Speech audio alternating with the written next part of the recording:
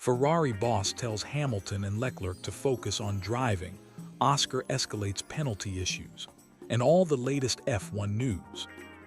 Did Ferrari's president just throw Lewis Hamilton and Charles Leclerc under the bus? Because what John Elkann said after Brazil will shock you, and it might change everything we thought we knew about Ferrari's 2024 season. Picture this. You're one of the most successful Formula One drivers in history. You've just made your dream move to the most iconic team in motorsport. But instead of celebrating your arrival, the team president publicly tells you to shut up and focus on driving. That's exactly what happened to Lewis Hamilton and Charles Leclerc after Brazil, and the racing world is buzzing. Let me paint you the full picture of what went down. The Brazilian Grand Prix was supposed to be Ferrari's chance to close the gap in the Constructors' Championship. Instead, it turned into a complete disaster that exposed some serious cracks in the Ferrari foundation. Charles Leclerc started the weekend strong, qualifying third and looking competitive for a podium position. Everything seemed to be going according to plan until lap 6, when a chaotic three-wide incident at turn 1 took him completely out of the race. Through no fault of his own, Leclerc's race was over before it really began. Hamilton's experience was even more frustrating. First, he got sideswiped by his own teammate Carlos Sainz on the opening lap. Then, while trying to recover from that setback, Hamilton misjudged an overtaking attempt on Franco Colapinto, clipping the back of the Alpine and suffering catastrophic damage to his front wing and floor. The damage was so severe that Hamilton spent the rest of the race circulating at the back with a car that was virtually undrivable. Ferrari eventually retired him because continuing was pointless.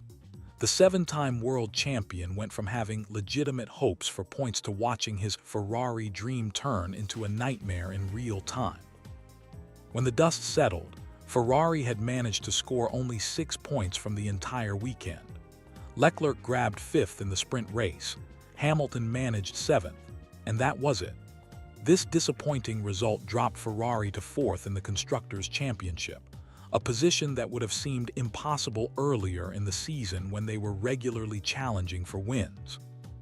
Here's what makes this situation even more stinging.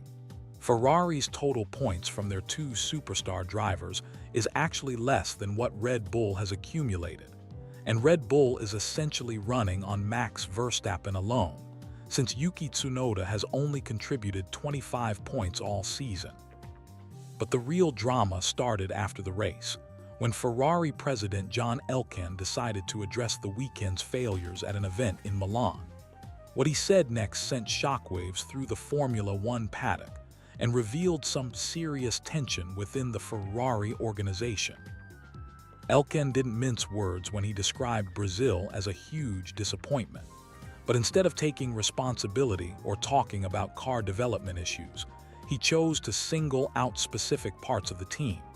He praised the mechanics for consistently delivering the fastest pit stops in Formula One. He highlighted how the engineers are constantly working to improve the car's performance. Then came the bombshell. Elkann said that everything else was not up to par, specifically mentioning that Ferrari has drivers who need to focus on driving and talk less. He emphasized that important races were still ahead and finishing second in the championship wasn't impossible, but only if Ferrari functioned as a unified team. This public criticism of Hamilton and Leclerc is unprecedented for a Ferrari president. These aren't rookie drivers struggling to find their feet. We're talking about Charles Leclerc, who has been Ferrari's star performer for years and has consistently delivered when the car allows it.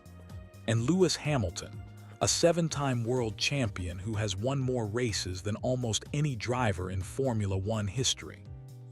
The timing makes Elkann's comments even more controversial. Hamilton is in his first season with Ferrari after making the biggest move of his career, leaving Mercedes after years of success to fulfill his childhood dream of racing for the Scuderia. He's been remarkably professional about his struggles to adapt to the new car and team, consistently taking responsibility for his performances rather than blaming the equipment or his engineers.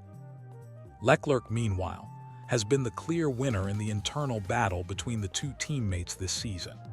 He's delivered consistent performances and has avoided publicly criticizing the team even when the car hasn't been competitive.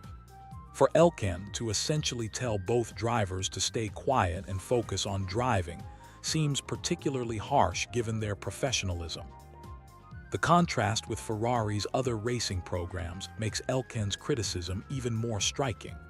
While the Formula One team was struggling in Brazil, Ferrari's World Endurance Championship operation was celebrating winning the hypercar title in Bahrain. Elkann specifically referenced this success, saying Ferrari wins when it's united and everyone works together. This comparison wasn't subtle. Elkann was essentially holding up Ferrari's sports car program as an example of how things should work, while implying that the Formula One team lacks the same cohesion and unity. What makes this situation particularly intriguing is that sources close to Ferrari suggest Elkann's comments weren't meant to be specifically critical of Hamilton and Leclerc individually. Instead, they're apparently intended to motivate the entire team and create a sense of urgency as the season enters its final stages. But regardless of the intention, the impact of publicly telling two of the sport's biggest stars to talk less and focus on driving cannot be understated. It sends a message about Ferrari's internal dynamics and reveals the pressure building within the organization as their championship hopes continue to fade. The bigger question now is how Hamilton and Leclerc will respond to this public criticism. Both drivers have shown remarkable resilience throughout their careers, but being called out by your own team president is a unique challenge that could either unite them against external pressure or create additional tension within the team. Ferrari's season hangs in the balance with several crucial races remaining. Elkann's message is clear: less talking, more performing, and complete team unity. Whether this tough love approach will spark the turnaround Ferrari desperately needs or create even more instability remains to be seen. But one thing is certain: the pressure is now squarely on Hamilton and Leclerc to prove their president wrong through their actions on track. What if I told you that one of the greatest Formula One drives ever almost never happened because of a single decision made in a hotel room at 2 a.m.? This is the incredible story of how Red Bull's willingness to gamble everything turned Max Verstappen's worst weekend into championship gold. Picture this: it's Saturday night in Brazil, and Max Verstappen has just suffered one of the most humiliating defeats of his career. The four-time world champion, knocked out in the first qualifying session, sits 16th on the grid with his car feeling completely broken beneath him. His championship hopes are hanging by a thread, and his team faces an impossible choice. Most teams would play it safe, accept the disappointing result, and hope for damage limitation. But Red Bull isn't most teams. What happened next would define not just Verstappen's season, but showcase exactly why this team has dominated Formula One for years. The weekend started disastrously at Interlagos. The sprint format meant only 60 minutes of practice before qualifying began, and immediately the RB21 felt wrong. Verstappen, usually so confident and aggressive, looked subdued as he qualified 6th for the sprint race. Even worse, during the actual race, he couldn't mount any real challenge to the cars ahead, finishing 4th only because Oscar Piastri crashed and he got a good start past Fernando Alonso. Behind the scenes, Red Bull's engineers knew they had a problem.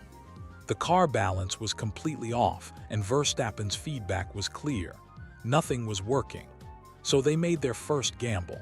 When park firm conditions were lifted before main qualifying, they completely changed the setup direction. It was a disaster. Not only did the changes fail to improve the car, they made it dramatically worse. Verstappen was brutally honest afterward, explaining that the car had zero grip and felt completely undrivable. For the first time in years, he couldn't even escape the first qualifying session. Starting 16th felt like a death sentence for any championship hopes.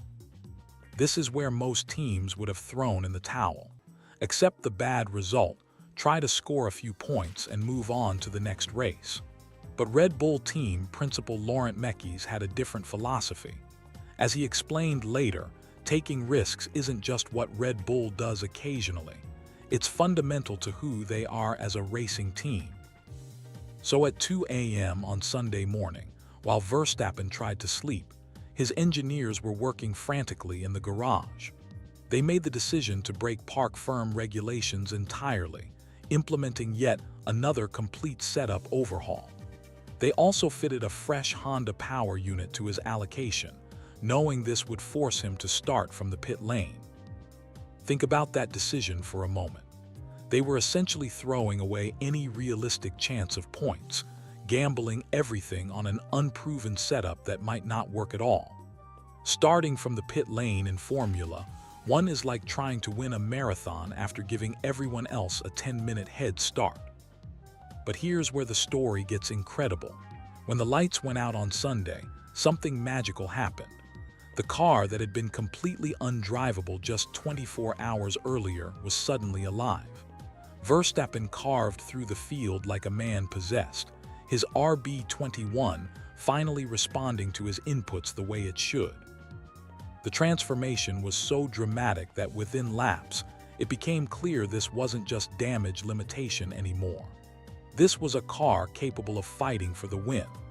Verstappen's pace was phenomenal as he systematically dismantled the field ahead of him, turning what should have been a forgotten drive into something approaching racing poetry.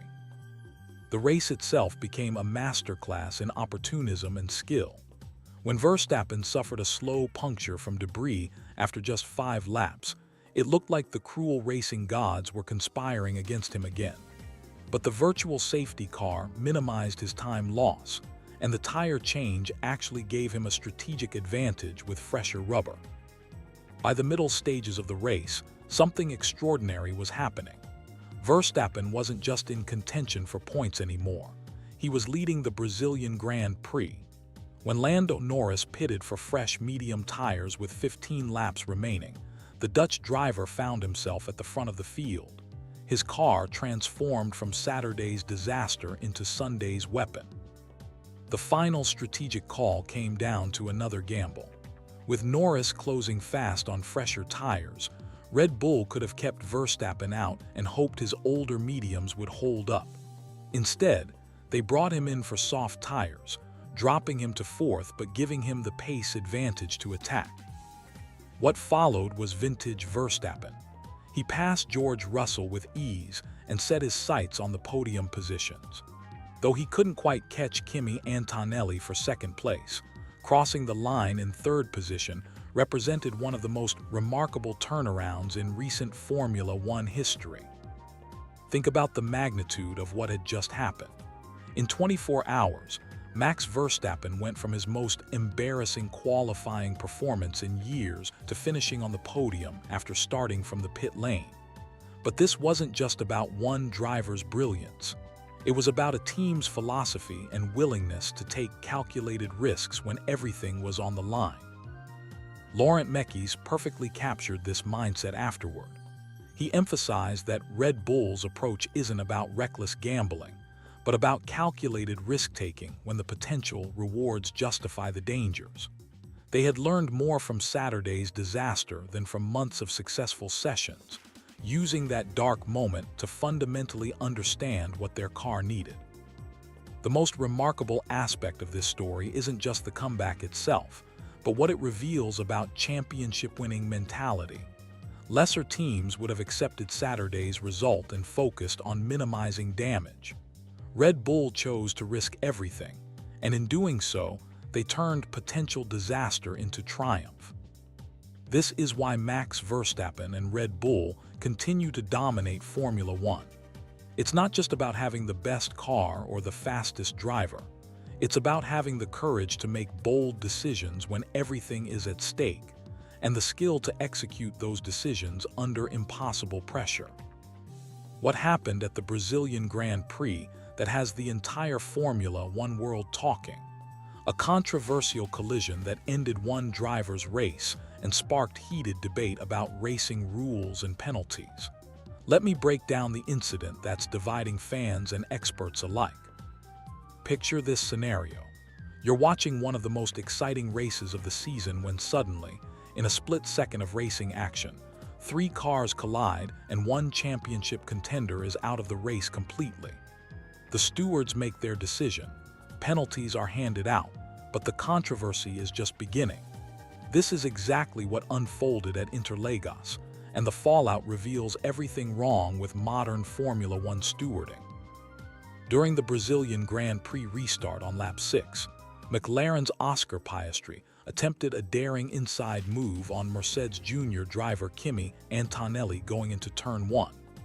What seemed like a routine racing maneuver quickly turned into disaster when contact between the 2 cars sent Antonelli sliding sideways directly into Charles Leclerc's Ferrari. The collision was so severe that Leclerc suffered suspension damage and lost a tire, forcing him to retire from what could have been a podium finishing position. The race stewards didn't hesitate to assign blame. They hit Piastri with a 10-second time penalty and declared him wholly responsible for the incident. According to their interpretation of Formula One's driving standards guidelines, Piastri failed to establish the required overlap before attempting his overtaking move. The rules state that any driver trying to pass on the inside must have their front axle alongside the mirror of the car they're overtaking, both before and at the apex of the corner. But here's where the story gets interesting. The stewards also noted that Piastri locked his brakes while trying to avoid contact, suggesting he realized the move was too ambitious. However, his attempt to correct the situation came too late, and the contact was unavoidable. This detail becomes crucial when examining whether the penalty was justified or excessive. McLaren team principal Andrea Stella immediately pushed back against the decision, calling it harsh and arguing that responsibility should be shared between both drivers. Stella pointed out that while Piastri did experience a slight brake lock, he maintained his racing trajectory throughout the incident. More importantly, Stella argued that Antonelli knew Piastri was attempting the inside move and could have done more to avoid the collision. The McLaren boss highlighted a critical factor that the stewards seemingly ignored. Antonelli was caught in a difficult position, with Piastri on his inside and Leclerc positioned on his outside. This created a challenging 3-way battle that required split-second decision-making from all involved drivers. Stella suggested that Antonelli's awareness of Piastri's position should have influenced his defensive strategy. This controversy exposes a fundamental problem with current Formula One penalty decisions. The driving standards guidelines, while intended to create consistency, often fail to account for the complex dynamics of wheel-to-wheel racing. The requirement for precise positioning relative to mirrors and axles sounds scientific, but racing happens at incredible speeds with minimal time for calculations. Consider the broader context of this incident. Safety car restarts create some of the most exciting moments in Formula One, with drivers jockeying for position in tight quarters. The restart at Interlagos was particularly intense, with championship implications and limited overtaking opportunities later in the race.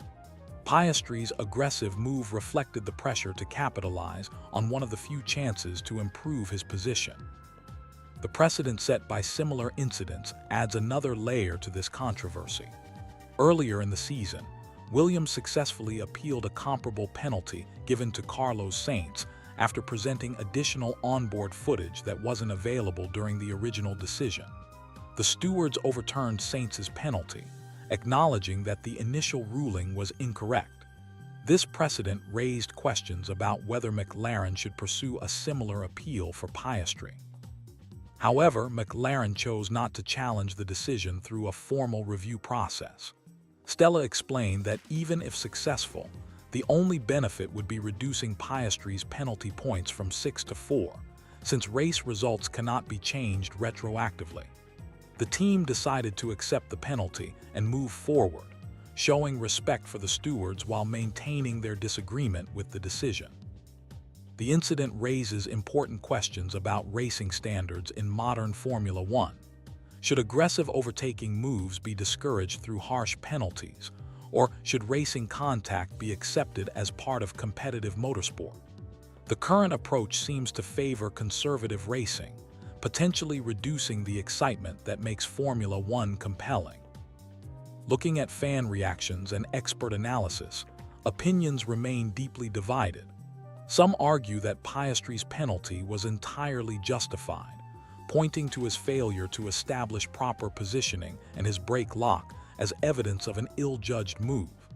Others contend that racing incidents should be treated as such, especially when multiple drivers contribute to the outcome.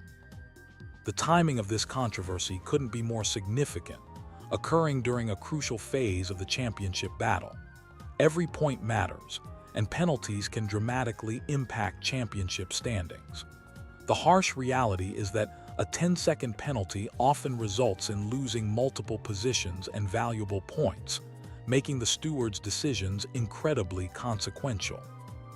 This Brazilian Grand Prix incident perfectly encapsulates the ongoing tension between maintaining safety standards and preserving competitive racing. While nobody wants to see dangerous driving, overly strict penalties risk turning Formula One into a processional sport where drivers are afraid to attempt bold overtaking moves.